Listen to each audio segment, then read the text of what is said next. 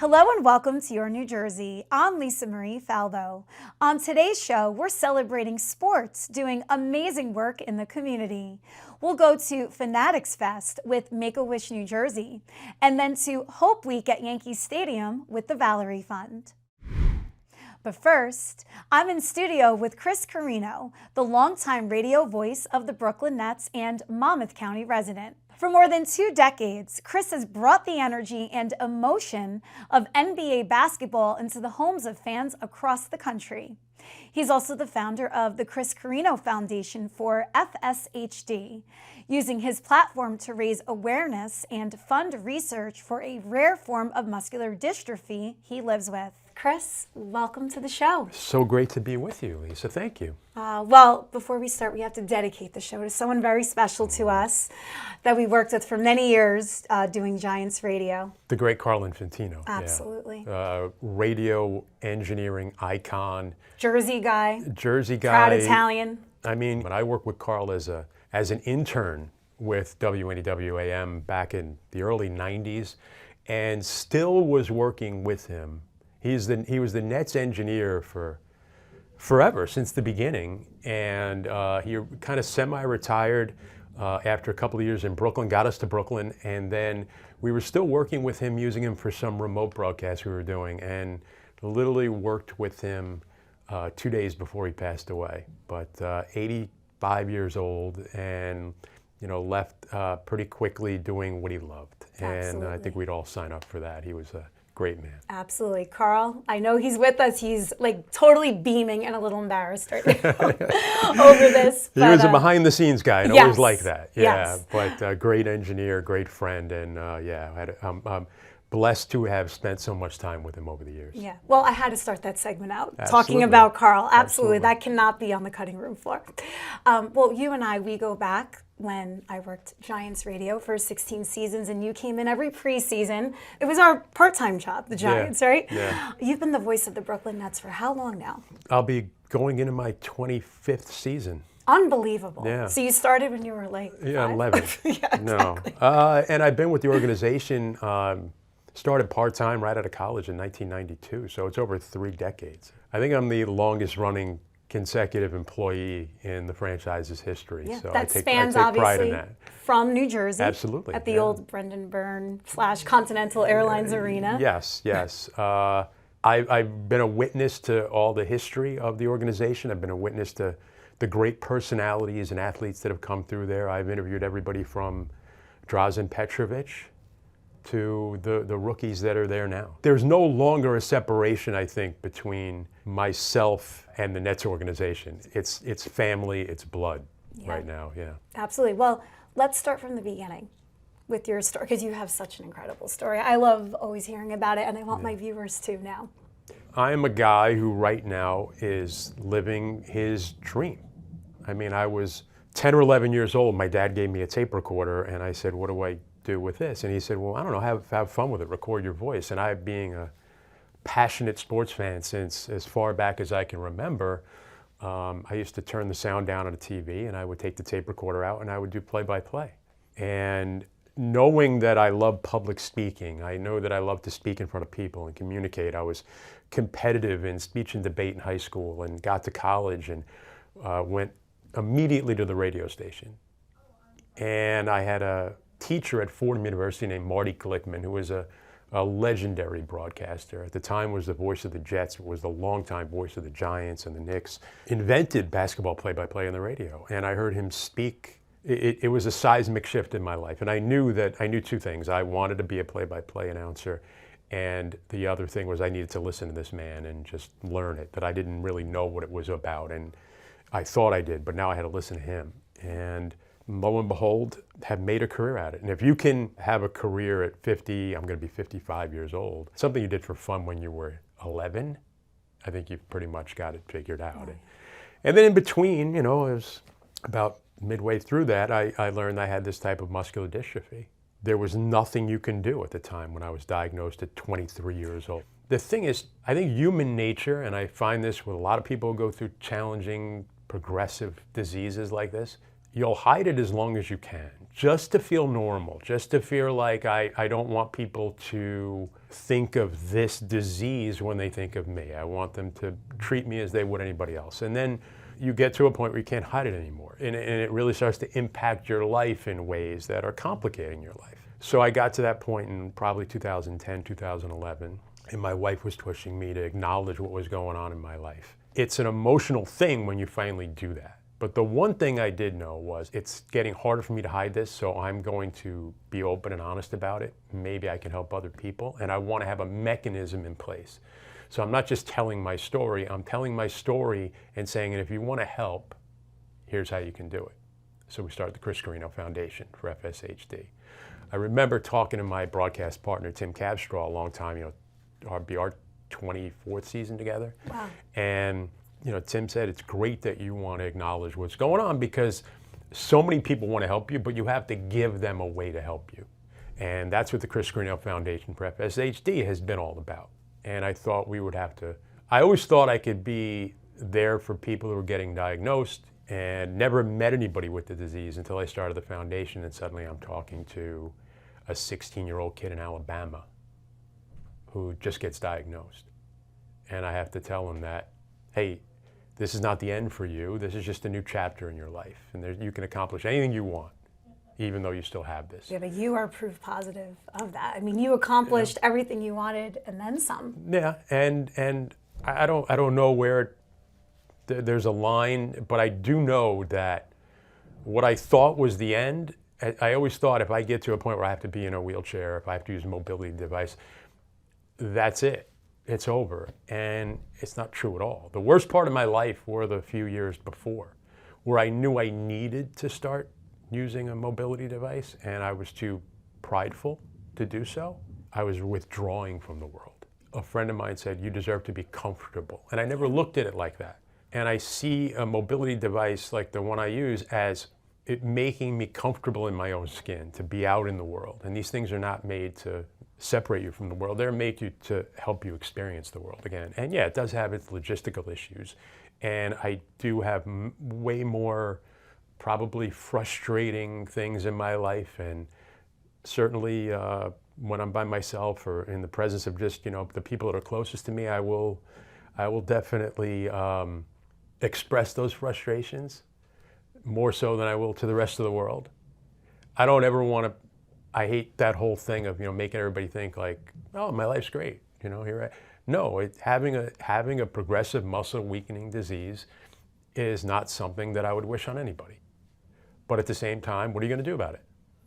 Am I going to go sulk and withdraw from the world, or am I going to meet it head on like any other obstacle that I've had in my life, and use it as fuel, use it as a life experience, use it to help me understand the human emotions and human nature more. It has taught me so much about how to be a better person than I think I would have learned otherwise. And I like to think that I'm as good a person, as good an individual, as good a broadcaster as I've ever been in my life, of a father, a husband, as I've ever been in my life. And FSHD is just a part of who I am, and it's made me who I am today. Yeah. We're all different people when we walk in a room every day. You're a different person based on the experience you had an hour ago. And you just have to make sure you use it to make you a better person. Yeah. And I think that's all part of my journey. But I think you living your life so authentically, you make everyone around you better people too, because we've been in the radio booth together. I mean, everybody goes to help you, not because like we pity, you're one of us, you're part of the family. Like whatever you need, we're there for you. So you see the best of humanity. I do. I watched this David Letterman interview one time, and he talked about being famous. And a lot of people complain about being famous or recognizable. And he once said, he goes, the best thing about it, he goes, nobody's rude to me. When I'm out and about in the world, everybody's so nice and everybody's so happy to meet you. When you finally acknowledge that, I'm in a mobility device. I need a little help to get through the world. People open doors for you, and people are very kind to you, and people go out of their way to help you. That's not a bad thing. So if people can make your life easier in a way, and I like to then treat people like that as well. And I think when you go through something like this, you realize that everybody has something in their life that they're going through. Yeah. And how would they like to be treated? How would they like to be helped? What can I do for you to do that? Yeah. Yeah. Well, before we wrap, the foundation is based in Monmouth County, where you now live. That's a commute and a half, by the way, to Brooklyn. Yeah, that was another thing that we all feared when we were going to Brooklyn. It's not too bad. It's nothing. I like the time in the car. Okay. Well, that's nice to hear. Podcasts and music. What does the foundation do to raise money and awareness? I got help us and friends and family, and we said, we're going to raise money. What are we going to do with it? Well, I want to cure the disease. And I was a little intimidated. I thought I'd need tens of millions of dollars, hundreds of millions of dollars to do that. And yes, we are going to need that eventually. And that money is actually, you're starting to see a lot more of that. But what we really needed in the space in 2011 was to continue to seed research in academic institutions. And that would mean, you know, I once had a neurologist when I told him the idea, I'm going to start a foundation, start funding things. And he was saying, well, it'd be great because you could be an example, a beacon of hope for people who I'm diagnosing with this, and I can steer them to talk to you and things like that. And he said, yeah, but you're going to need about $100,000 to get a good animal model in a lab. And I went, well, we could do that. We get the word out, and we could raise $100,000. And we had a $100,000 investment in a researcher at UMass, Peter Jones, who's now at University of Nevada. And it was to fund what has become the definitive mouse model that's used in dozens of labs around the world right now. It's those seed research grants that you can get, $50,000 here, $100,000 here. We've done about $2 million of that. That then leads to a researcher getting an NIH grant for $2 million and getting the lab going, and then venture capitalists or a pharmaceutical company comes in and gives them the tens of millions of dollars they need, or takes over this study, and suddenly there's many pharmaceutical companies now invested in an FSHD treatment. People tell me in the next 5 years we hope to have some kind of treatment, some kind of thing that people with FSHD can take. Now, I've heard that before. I heard that probably 5 years ago. And at least we have hope. And every raffle ticket you buy, every time you go on, you see one of my social media posts and you go, I'm going to donate $25 to the Chris Carrino Foundation for FSHD. That is what leads to a cure for a disease. You don't pray for a miracle. You do. These things are going to be miraculous when they happen. You put in the work. You donate $25, you donate $10. That leads to somebody who can afford it donates more. That leads to a pharmaceutical company coming in and taking it, and then you get a treatment. And then suddenly people who couldn't walk now can. People who couldn't smile now can. People who couldn't raise their arm to shake your hand can now do that. You know, all those things can happen because you decided to make a $10 donation. It all adds up. And that's the way you do anything in this world, right? Yeah. You want a career, you start as an intern, you know, or you open a book. You got to put the work in. That's what you do. Yeah. And live the life you want, put the work in, be good to people, and you'll get there. Absolutely. Well, you have the firepower and will of like $500 million.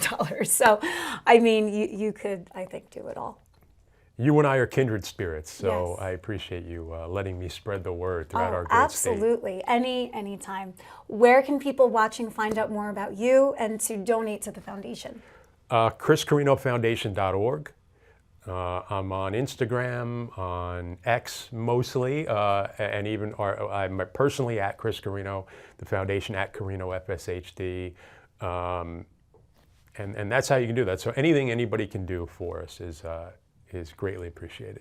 I'm just always so inspired by you and love being in your company. Thank you, Chris. Thank you, Liz. Always a pleasure. Thank you so much for having me. Thank you. From superstar meet and greets to rare collectibles and major Garden State pride, Fanatics Fest had it all, including a special Make-A-Wish New Jersey moment.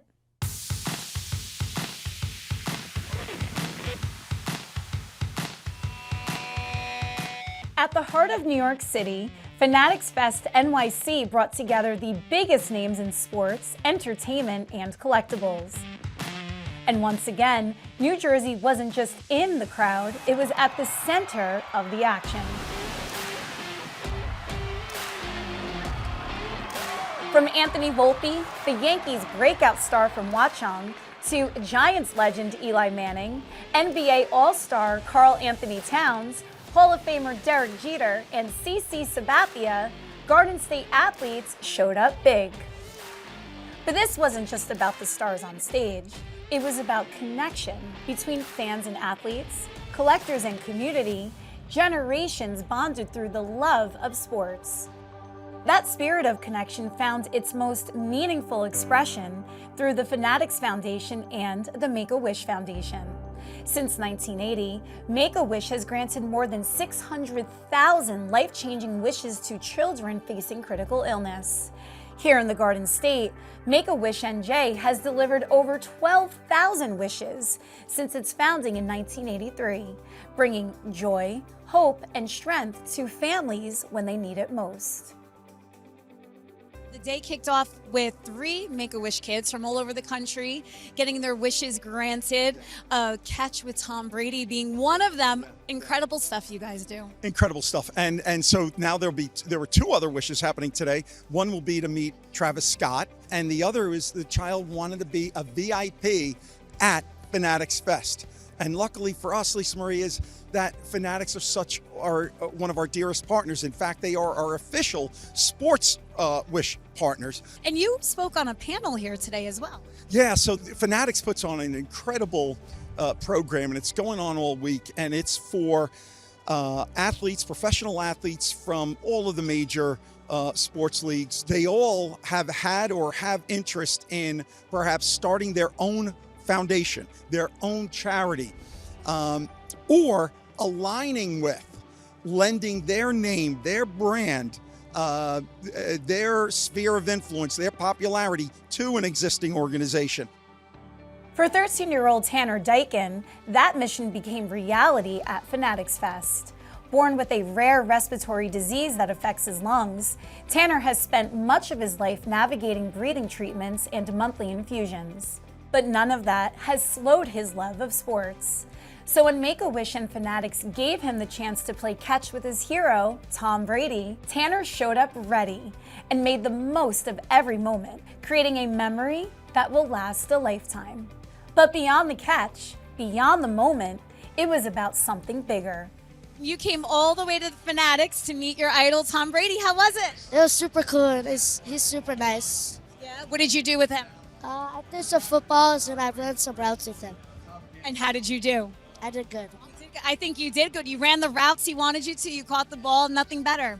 It's important to me because Make-A-Wish, it gives like kids a wish to like meet someone or do something, and they might have like a condition or something. So I think that's nice, and my condition is fine right now, and I'm just happy to be here. For Tanner and his family, this wasn't just about football. It was about resilience, joy, and hope. The very heart of what Make-A-Wish and the Fanatics Foundation strive to deliver. So we're the official sports partner for Make-A-Wish, and since we've started our partnership about a couple years ago now, we've already granted, supported, enhanced over 600 sports-related wishes. Talk about the wishes that you're granting here this weekend. Amazing wishes, right? So we have a wish kid named Axton who's here to meet Tom Brady. So that's going to take place this morning where they have their private, intimate, one-on-one meet and greet time. And then we have Aiden who's here to meet Travis Scott. So obviously Travis is an amazing friend of Fanatics, and he's here at Fanatics Fest. So it's a wonderful opportunity to make a wish come true. And then we have Tanner, whose wish was to become or to attend Fanatics Fest. So that's our first Fanatics Fest wish, and we anticipate having more. So we just want to make it an incredible weekend for all 3. You kicked off the day in the coolest way with these kids here today.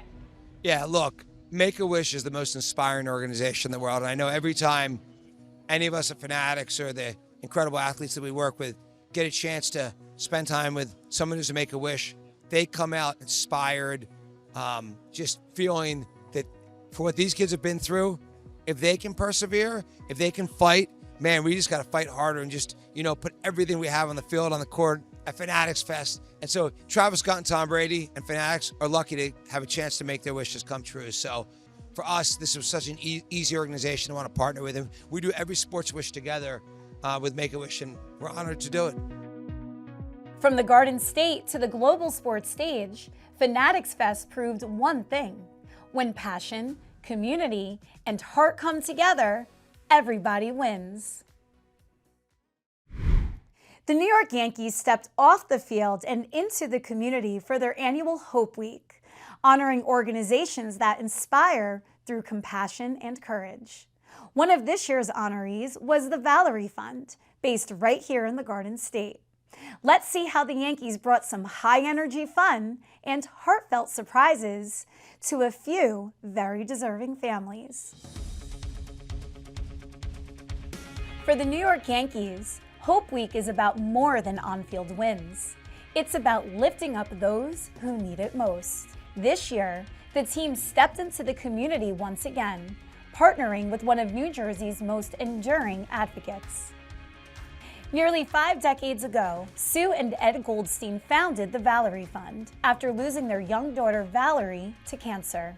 What started as a single outpatient center at Overlook Hospital in Summit has expanded into a network of 8 Valerie Fund children's centers located in pediatric hospitals across New Jersey, New York City and Long Island, and the Philadelphia metropolitan area, serving more than 6,000 families annually. The Valerie Fund is so well known throughout the state of New Jersey. The mission is so beautiful. Sue, tell me how it all began. Well, Valerie was sick, got sick when she was 3 years old, and when she was 9, we lost her. 3 weeks later, we started the Valerie Fund. Sue and I had no choice but to go to New York or Philadelphia because there was no pediatrics oncology programs in New Jersey. You had to be treated by an adult, and that's totally different than a doctor who treats children. And we wanted to make sure that there would be a center at the most within an hour away from anybody who has cancer, and to make sure nobody doesn't get treated if they don't have the dollars to pay for it. We picked it up. And today we've grown. We have 8 centers. We have a camp for any child with cancer, and everything is working like a charm. When we started, there was about a 20% cure in cancer. Now it's over 85% for children, and some of them are almost 100%. As part of Yankees Hope Week, the team took over the Dugout Sports Bar across from Yankee Stadium to honor the Goldsteins' work. Players joined pediatric patients and their families for an intimate karaoke party. Afterwards, the families were treated as Yankee Stadium VIPs prior to that night's first pitch. From Aaron Boone's rendition of Party in the USA, to Oswaldo Cabrera rocking Shake It Off, to New Jersey native Anthony Volpe's nod to another Jersey legend with New York, New York, the room buzzed with joy, lightheartedness, and the kind of connection only music can bring. This is what Hope Week's all about, and what Ed and Sue created. They've created this fund to help so many families navigate this in obviously the tri-state area now, and it's just been impactful and thankful, that they've made such a positive difference in so many people's lives, and hopefully one day, cancer will get eradicated. It's just a great opportunity to get back to the community, and we do it I've done it every year. I've been part of the organization, so it's just really something we all look forward to. I was a little nervous because, singing's not normally my thing, but just seeing them, how much fun they were having with it. And once you get past the nerves of having to go sing in front of people, it's actually pretty fun, and it was great. How long have you been affiliated with the Valerie Fund for? So Annie was diagnosed when she was 4 years old, and so that was in 2016. And she's since been cured of leukemia, but we are still involved and enjoy going back every year to see everyone for our yearly visit. They'll always be a part of our family and something that we really value. You rocked the stage today, my friend. Thank you so much. Yeah, I've been singing since I was probably 3 years old, since the time I could talk. So it's just a really cool opportunity to be able to sing karaoke today, and just be here with the Yankees is just an amazing opportunity. The highlight, a surprise $10,000 donation from the Yankees to the Valerie Fund, a gift that left Sue and Ed shocked and full of gratitude. Well, that was a surprise. We What? We Yeah. thought they did enough Yeah. for us, and they keep going, and they do more. They're wonderful. All of the kids and their families are terrific. We're very lucky. For families facing the toughest battles, Hope Week isn't about celebrity. It's about kindness, connection, and knowing you're never alone.